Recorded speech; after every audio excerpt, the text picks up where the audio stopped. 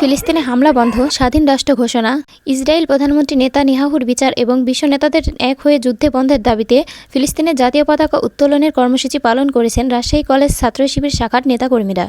দুপুর 12:15টায় রাজশাহী কলেজের ছাদে বাংলাদেশের জাতীয় পতাকার পাশাপাশি ফিলিস্তিনের জাতীয় পতাকা উত্তোলন এবং তা নাড়িয়ে ফিলিস্তিনিদের প্রতি সংহতি প্রকাশ করেছেন তারা।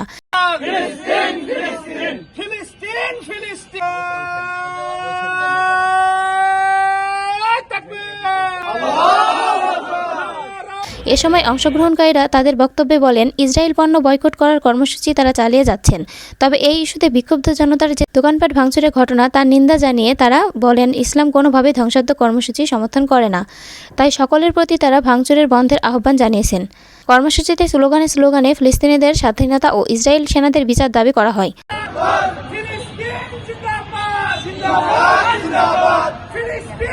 কর্মসূচিতে উপস্থিত ছিলেন রাজশাহী কলেজ শাখা ছাত্র শিবিরের সভাপতি মাহমুদুল হাসান মাসুম, সেক্রেটারি মোশাররফ হোসেন, সাহিত্য প্রকাশক সম্পাদক হাফেজ আসমাউল হক প্রমুখ। আমাদের বাংলাদেশের বিভিন্ন জায়গায় বিভিন্ন সরকারি স্থাপনা, বিভিন্ন গুরুত্বপূর্ণ স্থাপনাগুলোতে ফিলিস্তিনের পতাকার উত্তোলনের মাধ্যমে আমরা প্রতিবাদ জানাচ্ছি। তারই ধারাবাহিকতায় বাংলা ইসলামী ছাত্র শিবির রাজশাহী কলেজ শাখার পক্ষ থেকে আমরা আমাদের রাজশাহী কলেজ, রাজশাহী কলেজের প্রশাসনিক ভবনের সামনে ফিলিস্তিনের পতাকা উত্তোলন করছি।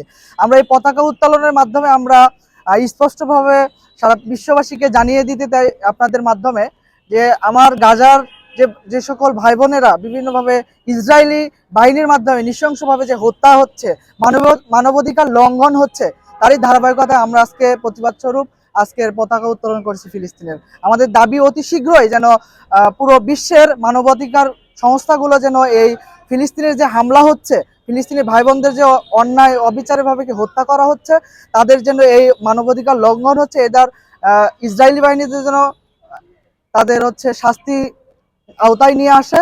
তারই ধারাবাহিকতা আমরা আজকের আমাদের প্রোগ্রাম থেকে এই কর্মসূচি ঘোষণা করছি। শতাব্দীর সবচাইতে তার মানে আলোচিত একটি গণহত্যা।